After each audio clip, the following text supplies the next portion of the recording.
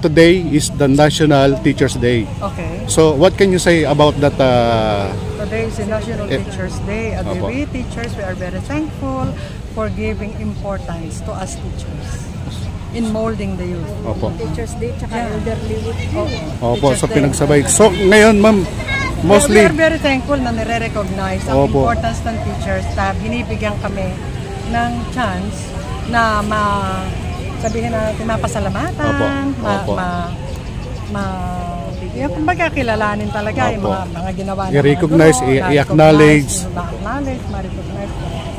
Ganon. We are happy for that. Kaya sabi nga ng ibang narinig ko na we are thankful, sabi ng isang politiko, thankful to all the teachers kasi dahil sa kanila, ganito kami ngayon. Yes, kaya, that's true. Foundation. Opo, ma'am, sa ngayon po talagang suspended po yung mga classes ngayon para bigyan po ng daan at i-celebrate itong National Teachers Day. So, ano po yung mga experience nyo na hindi nyo makakalimutan during your time?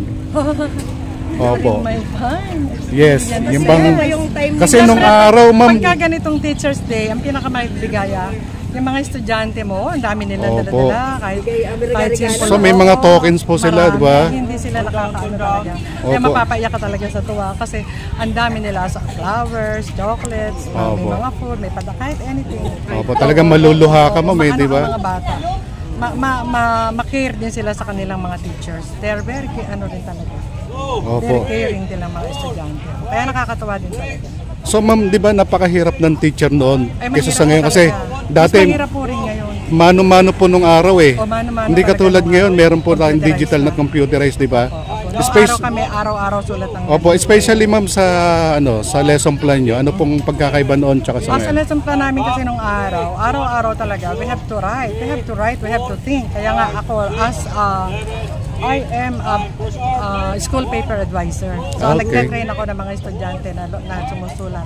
Kaya ako, it's very hard for me na makatulog sa gabi, lalo na pag contest na ng mga bata kasi I have to study and I have to think of some issues na ipapagawa ko sa mga bata para kaya medyo talagang stressful. Kaya after my retirement, ayun na nga, I enjoy. Ma'am, ano sikreto nyo? Bakit nyo naka-overcome yung mga stressful na mga estudyante, yung mga pupils niya nung araw? Anong sekreto? Kasi I'm very prayerful. I always ask help from God, the Almighty God, because I believe na without Him, I cannot do anything. And I also believe and thank Him na lahat ng meron ako, it's from Him. Ngayon, in my work dito naman sa Paris namin sa Paco, yun pa rin ang prayers kong palagi. I am the head of the Paris Pastoral Council. So, I have to ask wisdom lagi na makapagbigay rin akong tamang advice sa mga kasamahan ko sa parokya.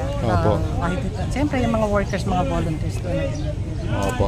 Ma'am, mensahe po para sa mga magigiting nating guro. Sa mga magigiting na guro, congratulations sa ating mga guro. Ayun lang, pagpatuloy nyo ang paglilingkod. Stressful ang buhay natin as a teacher, but we have to enjoy it. Ayun, so once again, maraming salamat po, ma'am. At mabuhay po ang mga guro. Yan po ang bayani sa makabagong panahon. Thank you so much, ma'am. Mabuhay po kayo.